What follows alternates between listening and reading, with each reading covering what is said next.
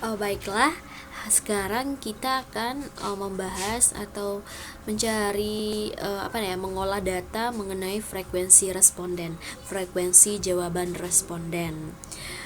Yang mana pertama kita buka dulu aplikasi SPSS-nya. Ini kita untuk melihat berapa persen atau berapa yang sangat setuju, berapa yang setuju, berapa yang tidak setuju, dan lain sebagainya. Nah, untuk mengetahui itu kita harus membuat di SPSS seperti ini. Seperti biasa, kita hilangkan aja, kemudian masuk ke variable view. Di variable view ini kita buat pertama x1.1, x1.2, x1.3. ini sebanyak berapa total kita x1.5 sampai 5 aja lah, total pernyataan kita di kuesioner. Kemudian pada value ini kita buat 1 itu berdasarkan angket skala Likert, STS 2 maksudnya 1 sangat tidak setuju. Oke. 1 sangat tidak setuju, 2 tidak setuju, 3 netral, 4 setuju, 5 sangat setuju. Kita okekan. Kemudian ini kita copy aja, copy paste aja.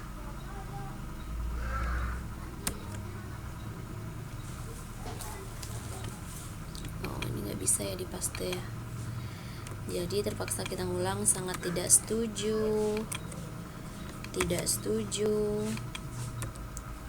netral, setuju, sangat tidak setuju. Ini harus paham skala Likert ini bagi skripsi yang menggunakan kuesioner. Ini harus paham dasarnya.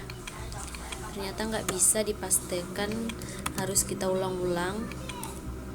2 tidak setuju, 3 netral, 4 setuju, 5 sangat setuju. Jika dasarnya ini tidak paham, maka nanti pas menyalin yang namanya itu tabulasi, nanti juga bakal susah karena nggak paham kan, angka 1 itu apa ya, angka 2 itu apa ya, gitu kan. Mana tahu nanti di kuesionernya dibikin tidak setuju, angka berapa ya kalau tidak setuju nih ya. Nah, jadi intinya harus paham dulu dasarnya, apapun itu pelajarannya, baik skripsi. Kayaknya ini ribet banget ya kalau ngulang-ngulang kayak gini.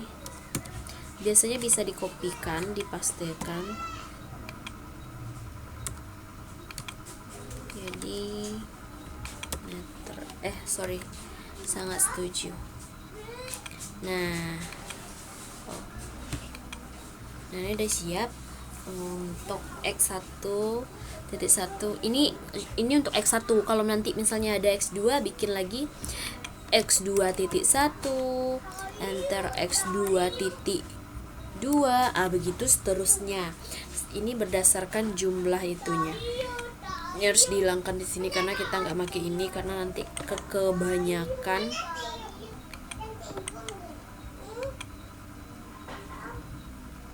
Nggak bisa dihilangkan, nanti aja lah. Karena di sini udah selesai, jadi bagian ini nih kita hanya perlu mengisi value ini aja. Kemudian kita klik data variable, kemudian kita pilih tabulasinya. Kita kan tadi ambil 5 tuh, cukup 5 aja ya. 5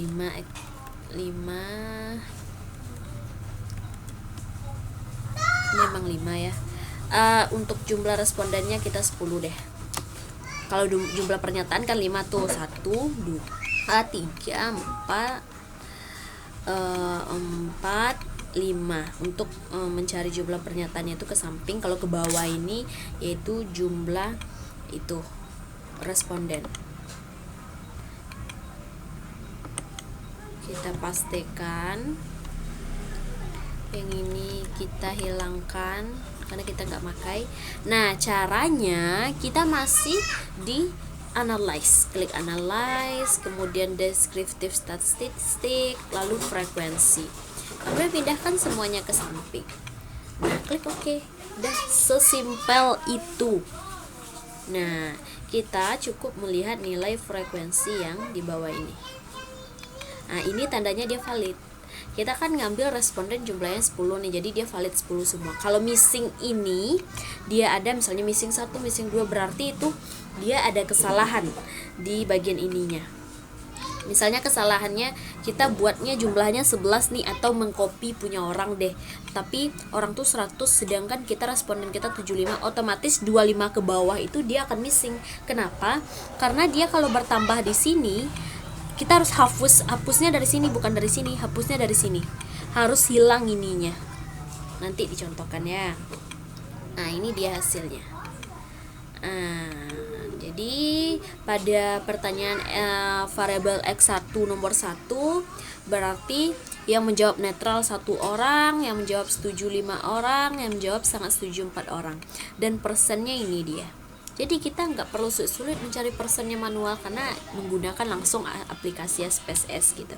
X1.1, X1.2, kemudian seterusnya X1.3, X1.4, X1.5. Kemudian kita mencobakan yang missing tadi, oke? Misalnya gini nih, punya orang nih, kita copy nih misalnya nih. Ini misalnya punya orang nih, kita copy nih. Maksudnya itu berkas SPSS ini kita copy punya orang nih. Sedangkan orang ini kan dia 10 nih, 10 responden dia kan 1 sampai 10. Tapi kita 5 gitu. Misalnya kalau kita copy otomatis kita clearkan dulu kan semua, Ctrl A, kita hapus dulu kan. Kita memasukkan punya kita gitu. Kalau ngapus pasti kalian kayak gini. Nah, misalnya kita kan 5 tadi tuh responden kita. Nah, kita ambil otomatis tuh 5 kan. Nah, anggap aja ini 5 ya. Copy 5 nih responden kita, otomatis tuh kita pastikan di sini nih 5. Nah, yang dia tadi orang tuh kan pakai 10, sedangkan kita 5. Kita tapi nggak ngeh nih. Ini kan udah kosong nih, berarti bagi yang teman-teman belum tahu pasti mikirnya kayak gitu kan.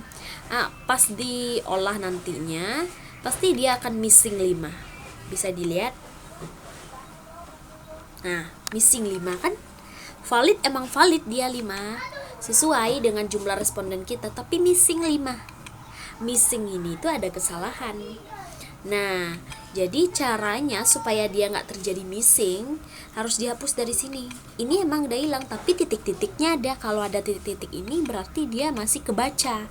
Yang nggak ada titik-titik ini berarti dia nggak kebaca. Nah, caranya klik di sini, delete, klik tombol delete, klik delete sampai hilang dia. Delete berarti titik-titiknya udah hilang kan? Hilang kan titik-titiknya. Kita olah lagi, kita buktikan lagi.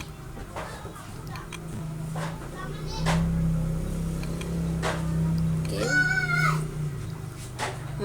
Valid kan? Missingnya nggak ada lagi kan? Nah, disitulah letak kesalahannya. Jadi teman-teman harus teliti, lebih dilihat lagi gitu. Kalau misalnya copy punya teman, atau misalnya kita sempat berlebih deh bikinnya gitu, harus pastikan ini dia tidak berwarna hitam kayak gini. Ini kan istilahnya mati nih, ini hidup gitu. Gitu. Jadi sampai situ aja ya untuk frekuensinya. Kemudian kalau teman-teman mau lihat hasil dari frekuensinya itu kayak gini. Ada di bab 4 letaknya kayak gini dia nih. Frekuensi itu. Kalau letaknya di bab 4, nah seperti ini kita nyusunnya. Tapi ini beda-beda setiap kampusnya. Tergantung sih, cuman angka-angkanya sama, kita ambil dari sana. Bentar loading.